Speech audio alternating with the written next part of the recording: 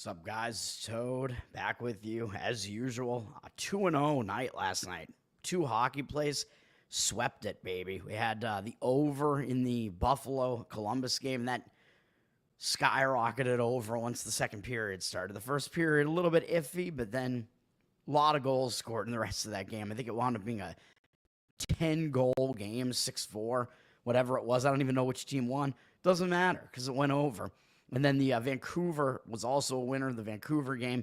Vancouver, I'm not sure if they ever trailed in that game. I think they were just alternating winning by one and being tied, if I remember correctly. I don't even know, but they wound up winning in overtime. So got a little bit questionable, but when you got an underdog like that and they take it into overtime, pretty much, it means you're pretty much on the right side there. And I think it was a close game, but I think they were the slightly better team in that game. So we got that right as well. Let's talk about today. We got both Major League Baseball Championship Series are back in action again, and 4 college football games and a small hockey slate. I only have one play, and it's in baseball, and it is in the earlier game, so I'm going to talk about it immediately. So you're going to listen to this and then leave, basically, because I don't have other plays after this, but I will talk about some leans that I have in the other sports here. Los Angeles Dodgers money line minus 138 is my play today, man. I'm just doing it. I think that the series ends for this one right here. The Dodgers won again last night. They've won both games at New York so far, but this pitching matchup, it's almost a repeat of game 1 where I did bet on the Dodgers, and I don't really see much of a reason why it would change other than the fact that I'll talk about it in a minute. The one hesitation that I have here, but it's not enough to keep me off of it. Dodgers are up from minus 131 to minus 138. I don't see any percentages on this yet, and the total is sitting at 7.5 juice to the under, a little bit less juice on the under now. Total very hard for me to gauge because I think the pitching matchup is in favor of the Dodgers. I mean, I think they have the significantly better starting pitcher here, and then other than that, again, I just continue to say I think the Dodgers have the better of the two bullpens, and they have the better hitting. So I think they have an advantage in every phase of this one. They won last night in a blowout. So, yeah, does that mean they're going to be a little bit overvalued coming into this one? I'm not so sure about that. Neither team used a ton of their relief staff last night. Both pitchers got knocked out kind of early. Quintana finally ran into it last night after he had been pitching really well, but he's not the best pitcher, so I still wasn't sure about that one as far as he was concerned last night. He didn't do well, and Yamamoto did okay and outpitched him. But both teams used 3 relief pitchers, so as far as the bullpens are concerned, the bullpens are in much better rest shape than in the ALCS game, which I'll talk about in a minute. So I think we still give the bullpen edge to the Dodgers because the rest – as far as the rest is concerned, I don't think either team has that much of an advantage there, and Dodgers have the better bullpen and the better hitting. Starting pitching matchup here, man, it looks like it's Jack Flaherty against David Peterson. Jack Flaherty pitched in game 1, and my only hesitation would be that means that he has now been seen before recently by the Mets because, of course, going into game 1, the Mets had not seen him as recently, so maybe that gave him a little bit of an extra push there, but he's the best pitcher the Dodgers have in the starting rotation at this point, man. I mean, the Dodgers, as I've mentioned, they're without Kershaw, without Glasnow, so it's basically Flaherty's staff here, and this is why they traded for him. He's got a 3.17 ERA, 1.07 whip on the season, so he pitched well, and that was across pitching with Detroit. Wouldn't Detroit have loved to have had him in the playoffs? But they were doing their whole bullpen thing. I don't know. So that was with Detroit for much of the season, and then with the Dodgers for the rest of it. He had one not very good start in the playoffs, but it was a second straight start against San Diego. San Diego does better against Flaherty. That was a game where I actually had San Diego in that one because Flaherty's matchup numbers were not good against San Diego. So he didn't do well in that game, gave up 4 runs in 5 1/3. And it was the second straight time he'd faced San Diego. Then he had a much better performance to start this series against the Mets. 7 innings shutout, 2 hits, 6-2 strikeout walk ratio. So I don't think there's, I don't know if there's any trend that's continuing one way or the other here. I think it really is just kind of matchup dependent. And we get another matchup against the Mets here where he matches up well against the Mets. And that's really the crux of this play here, even though, yes, the Mets did just see him, so maybe they'll do a little bit better this time out now, because before that, they hadn't seen him, I guess, all season, because he was in the AL for a lot of it. So that unfamiliarity that he had did help him a little bit. But the Mets have seen him before. They do have 90 at-bats off him lifetime, and he's done really well against them. 27-7 strikeout walk ratio, 200 batting average against, and 602 OPS. Flaherty does indeed have good numbers against these Mets hitters. So I'm banking on that to continue. I'm expecting that to continue. So that is the Jack Flaherty side of things. And also looking at his splits, because I played him in the home game earlier this series, but on the road, he actually even has better numbers this season than at home, which the home splits might be between both of his teams that he pitched for this year. So I think we can just throw that out and just look at his away stats. So at home, he had a 3.44 ERA. I think between Comerica and Dodger Stadium, but away he had a 2.94 ERA, 210 batting average allowed. So pretty good stats either way, but even slightly better road numbers for Jack Flaherty. Then you got David Peterson up on the other side. He's been coming out of the bullpen throughout the playoffs. He was in their starting rotation during the season. I think we're going to get an opener out of him, even though I know he went 7 innings towards the end of September with a 1-hit shutout against Milwaukee. So they have let him go deep into some games, but I think this one is probably going to be, the Mets are facing elimination, man. So yes, I am going against an underdog that is facing elimination. So I am fading that motivational aspect of it because I think the matchup is just too lopsided for the Dodgers in this one. But yes, the Mets are probably going to be pulling out all the stops to try to not get eliminated here. That is what's going to be going on here. The Mets are probably going with a bullpen game, and they're probably going with matchups here. So Peterson, I would expect him to probably be out after a few innings at the most in this game. I could be wrong about that. He's pitching on basically normal rest here, so that should kind of help him a little bit. He's been okay in the postseason so far. He's made 4 appearances out of the bullpen in the postseason, at least one in each series. Gone 8 2/3 innings. He's allowed 2 earned runs over that span. 5-4 strikeout walk ratio doesn't look that good, although 3 walks are in 1 performance against Philly. A 2.08 ERA in the postseason looks good, but again, he does walk too many guys, and his stats on the season are kind of similar to that, where he had a 2.9 ERA, which looks really good, but the 1.29 whip kind of indicates his ERA should have been higher than that because he does put too many men on base, man. And up against the Dodgers. So the Dodgers did at least see him once in the series already, back in one of the earlier games in the series. He didn't do well in that game either. He went 2 1/3, 4 hits allowed, 2 earned runs allowed, 2-1 strikeout walk ratio. So you want to talk about recent familiarity. Well, it exists on both sides of this pitching matchup. So I think that kind of mitigates the Flaherty side of things, where the Mets did see him in the series already, although they saw him for more innings than the Dodgers saw Peterson, but still, Dodgers did have to face him for 2 1/3 innings. He didn't really do well there, and his stats against the Dodgers overall are not very good.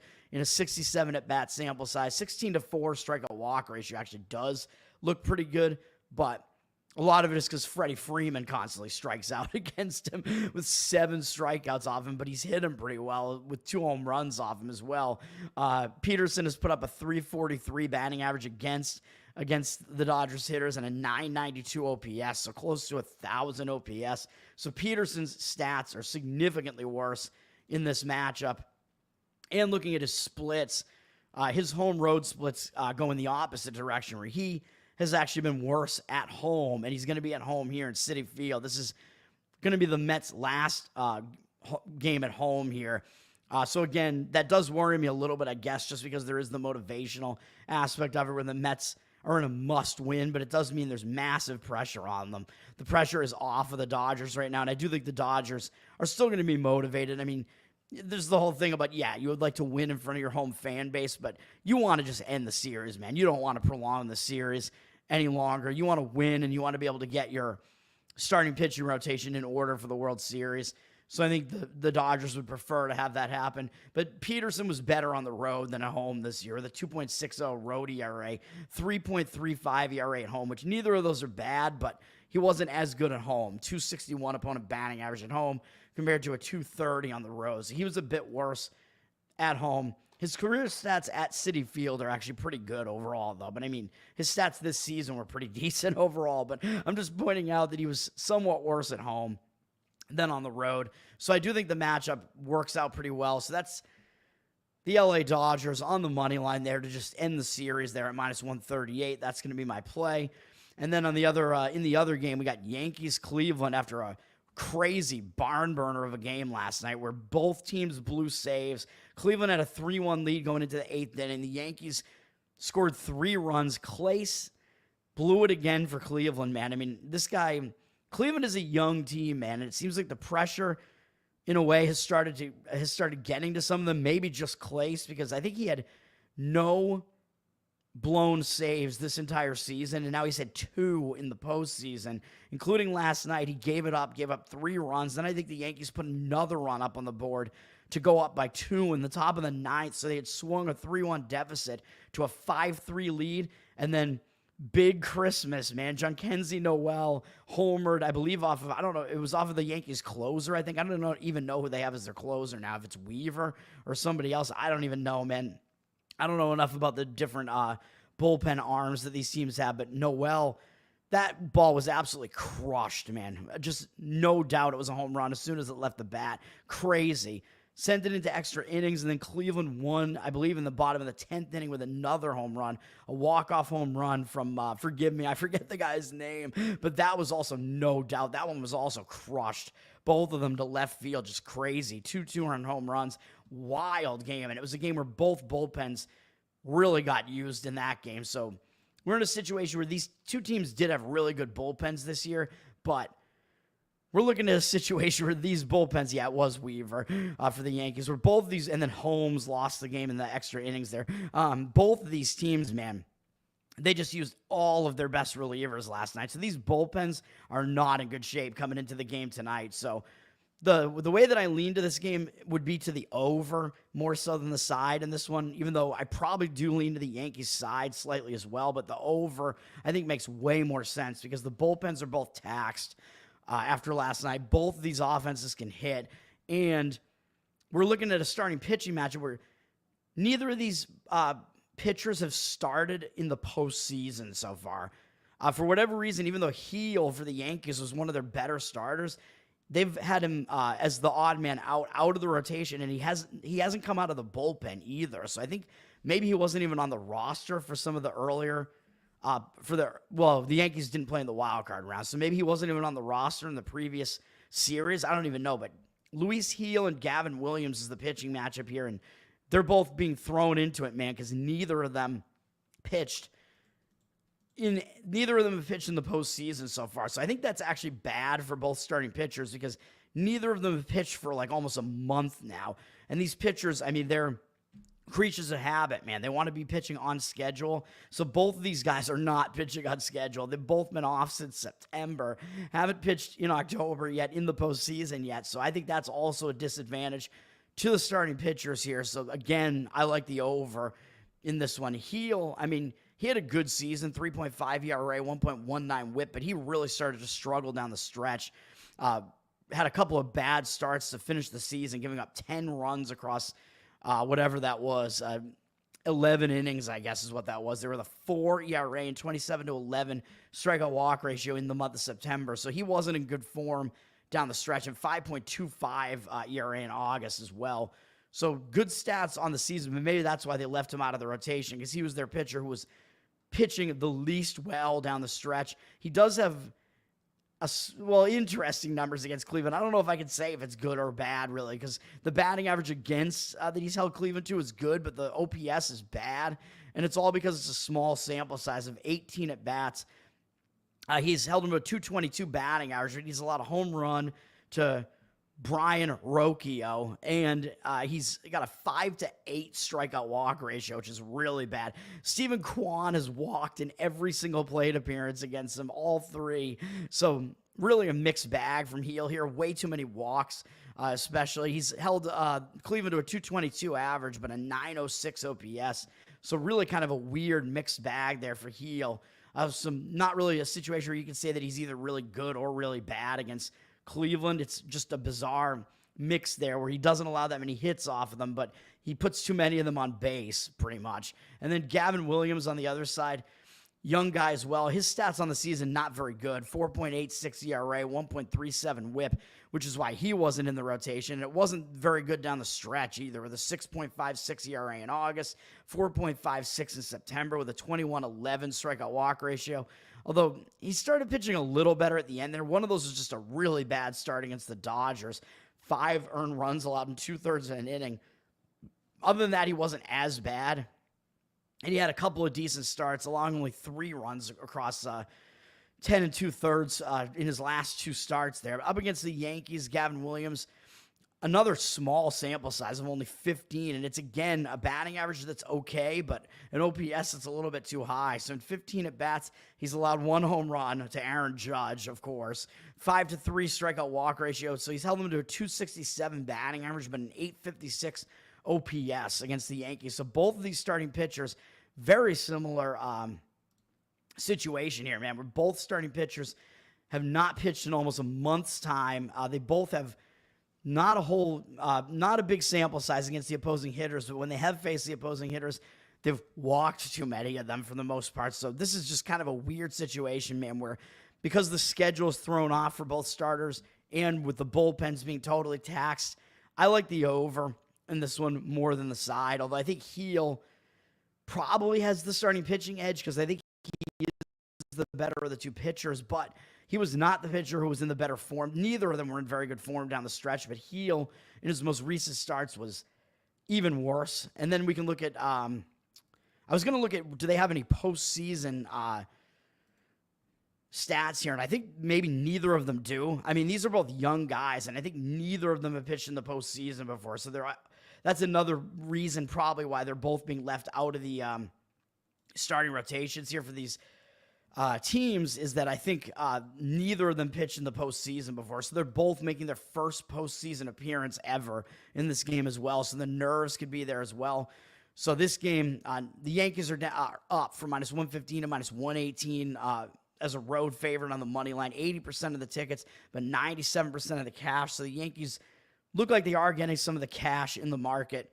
So I do lean to the Yankees side slightly, but man, I mean, I don't know if there's like going to be a momentum thing in baseball, but the way the Yankees imploded at the end of that game after Cleveland had imploded in that game, it looked like the Yankees are going to go up 3-0, and basically the series is probably going to be over, even though we know the Yankees did blow. They're the only team that's blown a 3-0 lead in a series, and it was an ALCS against the Red Sox, as we know, in 2004.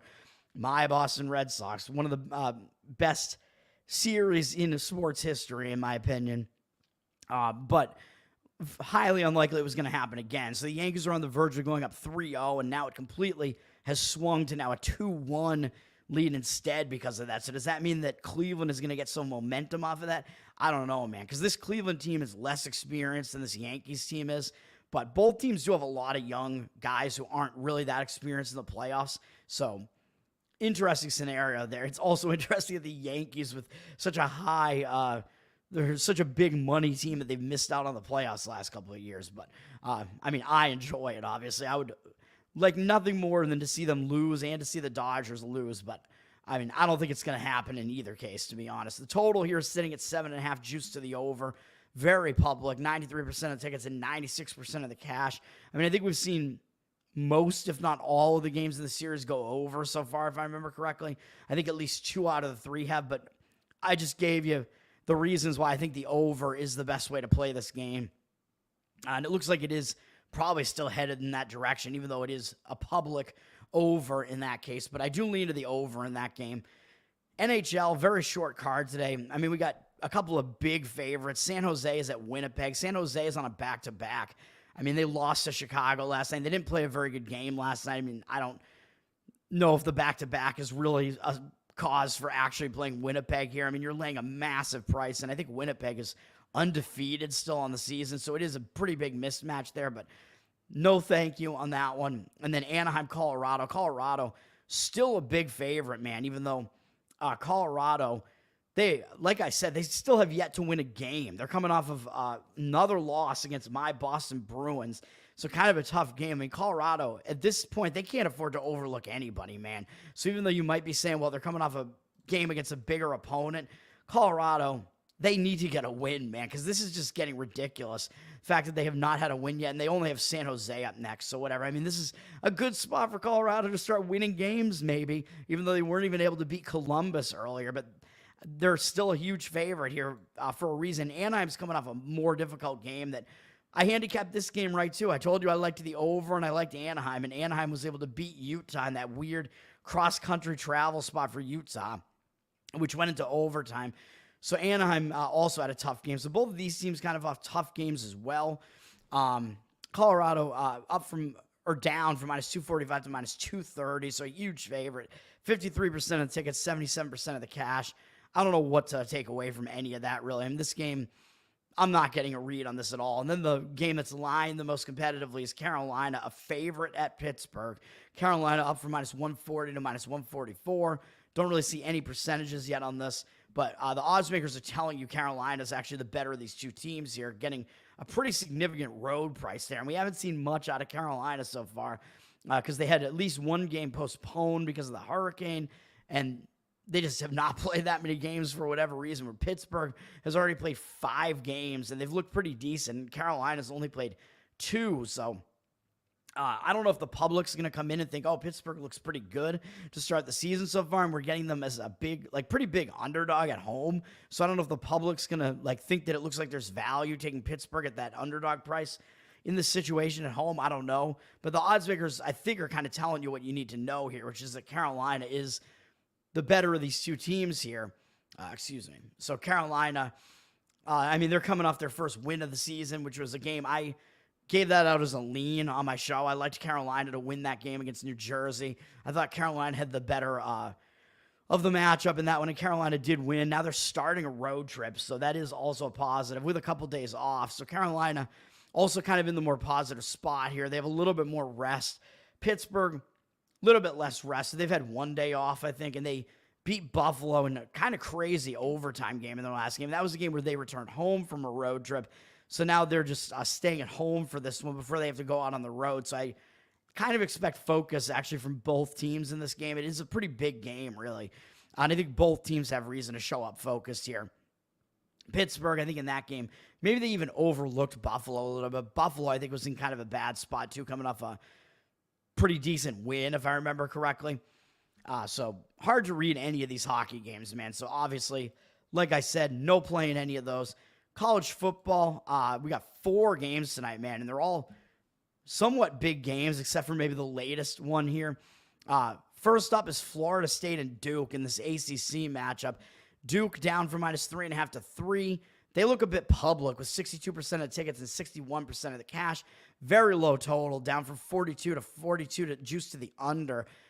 Public's coming in on the over. It looks like 70% of the tickets, but 79% of the cash also on the over.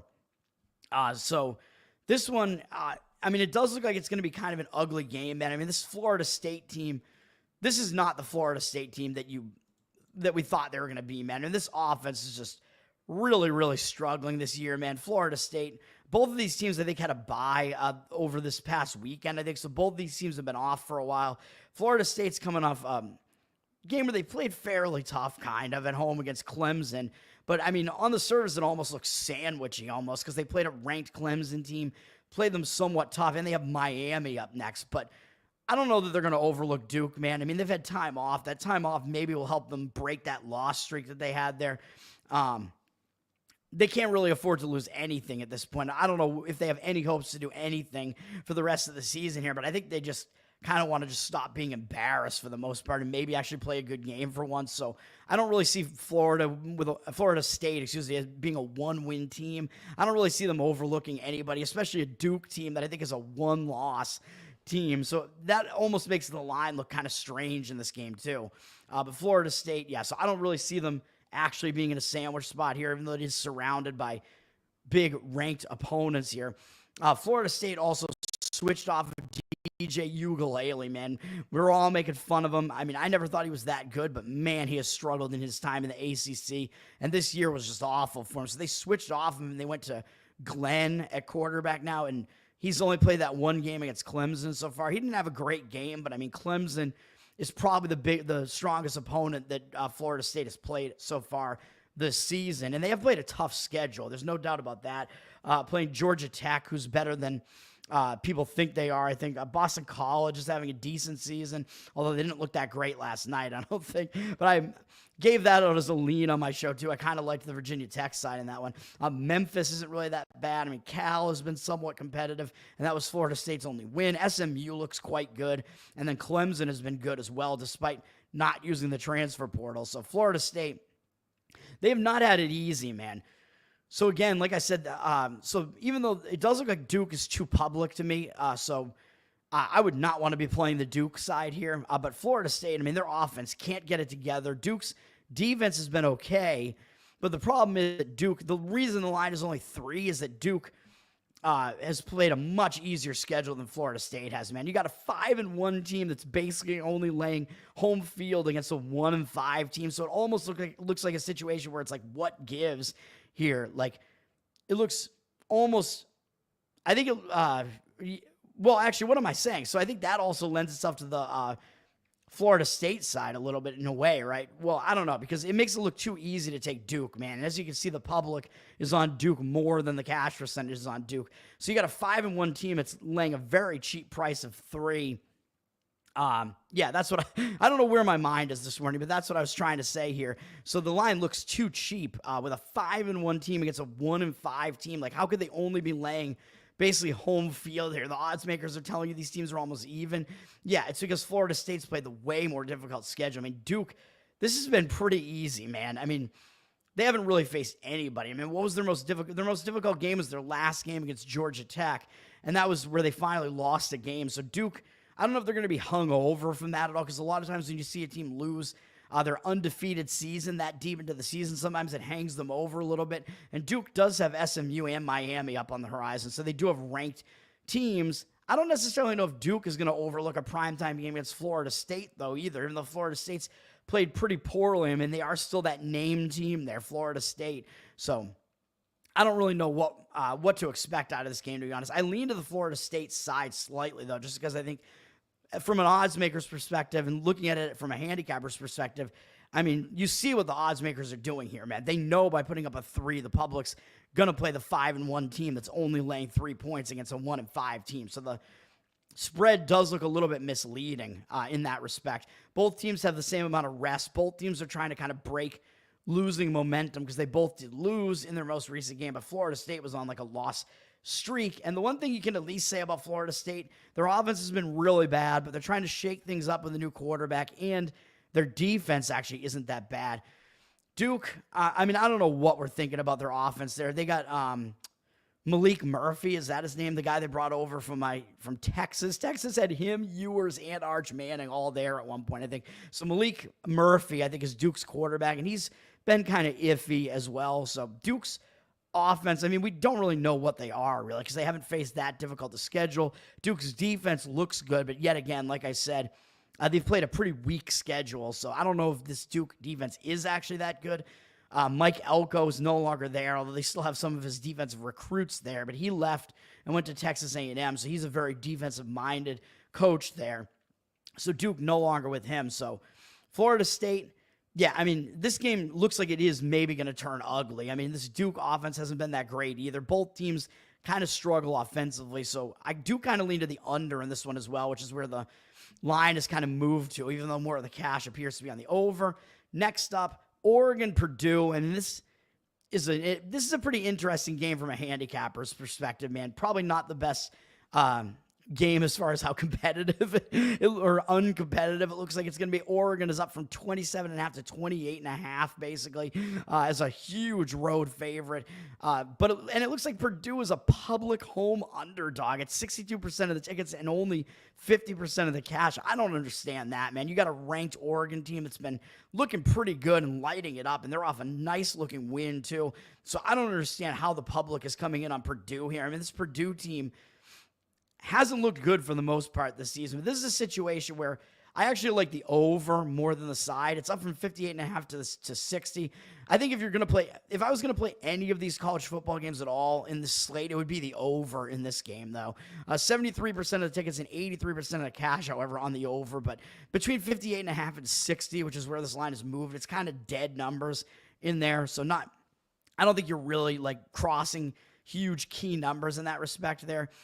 So I do still like the over. I mean, the cash, it looks like the money has come in on the over. It's moved up a little bit on the over, and the cash percentage does look like it's there, and why not? I mean, Oregon has one of the best offenses in the country. They've just been putting tons of points on the board, which is why I don't really understand how the public is coming in on the Purdue side here. I guess they're just thinking the line looks too big. I don't know, but first look at this. Yeah, I mean, Oregon, they're putting up really great offensive stats. You'd think they would be public, and they're coming off a huge win, man. I mean, that was their biggest opponent. I mean, yeah, they beat Boise. Boise, I think, is ranked now. That was a pretty good-looking win now looking back on it. And then their other game that was the biggest besides that was Michigan State, I mean, they're decent defensively, but other than that, not very good. This was their biggest game, man, against Ohio State, a huge nationally televised matchup on NBC last week, and Oregon was able to win. It was a weird spot for Ohio State, though, as I mentioned on my college football show last week. Ohio State having to go out to the Pacific Coast, not that easy to do, and Oregon took advantage of it, and they were able to win this game in a high-scoring kind of barn burner of a game there, man. It was a pretty close game, like all the way pretty much, and Oregon was able to win the game with a winning field goal late in the game. After back and forth field goals there to end the game. They're a huge win for Oregon. So first thing I was going to do is say, well, who's Oregon playing next? Because this looks like a huge letdown spot. They're coming off a 2 versus 3 matchup that they won against Ohio State. Huge win for Oregon. First season as a Big Ten member. Huge win there. And they're coming off that. And it was a tough spot for Ohio State travel-wise. So coming off that, it looks like, yeah, Oregon's definitely in a fade spot, right? And up next, they have Illinois and Michigan, who are both ranked opponents, right? So it looks like, yeah, Oregon's got to be in a huge letdown spot and a sandwich spot here, right? Both of these teams, by the way, played on Saturday, so they both are on a somewhat short week here, a shortened week by 1 day. But then looking at the Purdue side, I don't think they're playable either as a side in this one because, well, I just showed you don't want to play in a public underdog like it looks like Purdue is right now either. And I'm shocked that they are one, by the way. But they're coming off a huge game themselves. I mean, look at this game. They were a 19-point or so underdog in this game, and they went toe-to-toe with Illinois. And they were actually losing by multiple scores to Illinois late in the game in the fourth quarter. They came back, took the lead. Illinois retied it on the last play with a field goal, last play of regulation, and then Purdue fell just short in overtime. They went for a 2-point conversion to try to win the game in overtime and failed. So it came down to that 2-point conversion. Purdue put up a crazy performance, man, as a huge underdog against Illinois. So they're also in a spot where you would want to fade them coming off of that. So both of these teams are basically in letdown spots or hangover spots coming off what they just did in their last game, man. So I think it's not really playable from a side perspective, unfortunately, because you'd hope both of these teams are just playing somebody else this week so you could fade them both. But instead, you can't fade either of them. But what you can do is play the over, because in a situation where teams are probably going to be, like lapsing as far as like defense is concerned, to be a little bit tired, that tends to manifest itself as an over. So that's why I like the over in this one. Purdue, they switched quarterbacks as well, I believe. Card wasn't getting it done, so they switched to Brown, and he exploded, and he looked good in that game against Illinois. But again, it's one game, so you don't really know. So both them and Florida State have a new quarterback coming into this one. So it is kind of weird to see that being the case, with two of these teams having switched to a new quarterback. And I think one of the other games, there is also a new quarterback in one of the later two games tonight as well, which I'm going to try to talk about those real quick. But I like the over in this one for all those reasons. And Oregon, I mean, yeah, they put up a ton of points. Purdue allows a ton of points. Purdue's defense is awful. So Oregon should be able to score at will, man. You should be seeing Oregon is probably going to be putting up a ton of points on the board in this one. Their offense, very, very good, and Purdue can't really stop anybody. So then the question is Purdue going to be able to score as well? And I think they might be able to, especially if Oregon is just not totally paying attention to Purdue off of that huge game. Purdue with this new quarterback, it looks like he is a little bit better. And Oregon, we have seen them be a little bit vulnerable on the defensive side of things, even though their defense is good. They haven't faced a lot of really great offenses so far. The one Well, Purdue's not a very good offense either, though. So Oregon, when they faced Boise, that was the best offense they faced, I think, besides Ohio State, I guess.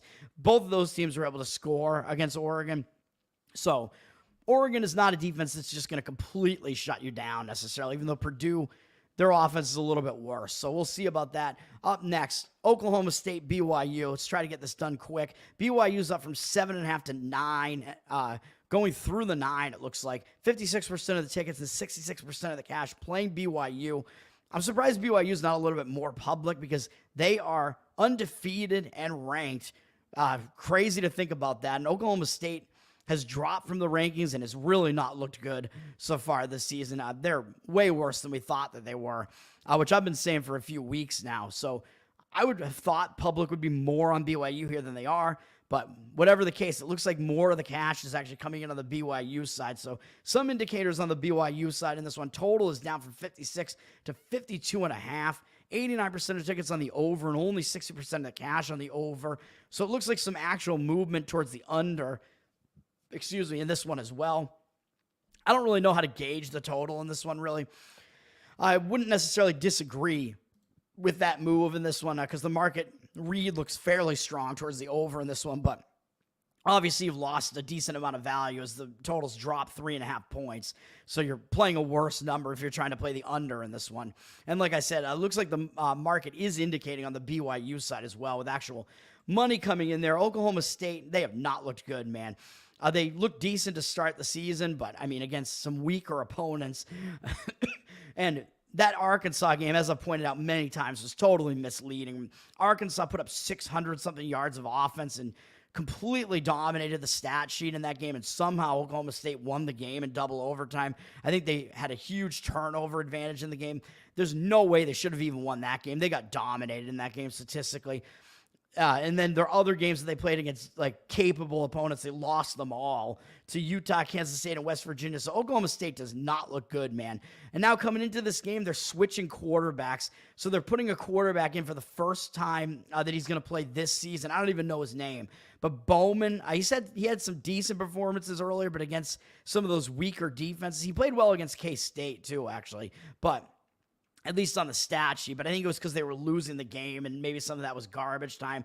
But he just has not been totally cutting it. So they're going with Garrett Rangel now, a sophomore quarterback. I don't know anything about this guy. I don't know if anybody does, but Bowman is out and Rangel is in, and he's making his first start. So that also might have factored into why the total has dropped a little bit. Maybe the odds makers just don't think that Rangel is going to be doing that much in this game. I don't know. So this is a big question mark for this Oklahoma State offense that I don't think is that good anyway, necessarily, really, but a new quarterback in there being thrown into the mix and having to go to an environment they're not really used to playing in, I think the BYU's only been in this conference 1 year, right? And they must have played at Oklahoma State. I remember they had a crazy game between the two of them last year, but I think it was at Oklahoma State last year. And I don't remember if BYU pulled off the upset in that one or not. And if so, that would mean Oklahoma State might have a little bit of revenge on their mind here, but still, it's a weird spot having to go to BYU where they're not used to playing, high elevation there. These Big 12 teams have kind of struggled having to go out there. Oklahoma State does have time off to try to break this loss streak of theirs, though, and try to get some things going. So that might help the new quarterback, like kind of learn the system more because they've had extra time off to do so. But I just don't know. Again, I don't know what you're going to get out of this Oklahoma State team, man. And they just haven't been great on either side of the ball. BYU has looked good, although they haven't faced the best slate of teams necessarily, really. So Oklahoma State's faced the more difficult schedule at the very least. BYU had that big win over Kansas State, but again, remember, I was on BYU, and that one is a really bad spot for Kansas State there. Having to just go out to a weird environment there. And the score was misleading, even though I think I still handicapped the game right. Kansas State turned the ball over a ton in that game, and it was just awful for Kansas State. So kind of misleading for BYU there. And other than that, they really haven't faced really any good opponents. And they faced SMU. SMU, I think that was Jennings, their quarterback. That was his first game. So he was still kind of adapting and learning the system. So I don't know if there's that much to take away from that either. BYU did upset them as a huge road underdog, but still, again, I would not look too much into that game because Jennings really has kind of exploded for SMU after that time. So I don't know, man. And BYU is on shorter rest here as well, on having played on Saturday where Oklahoma State was on a bye. So Oklahoma State does have more rest here. And BYU is going to have a target on their back because they're undefeated. So I don't know what else to say about that game, but so I can see kind of factors.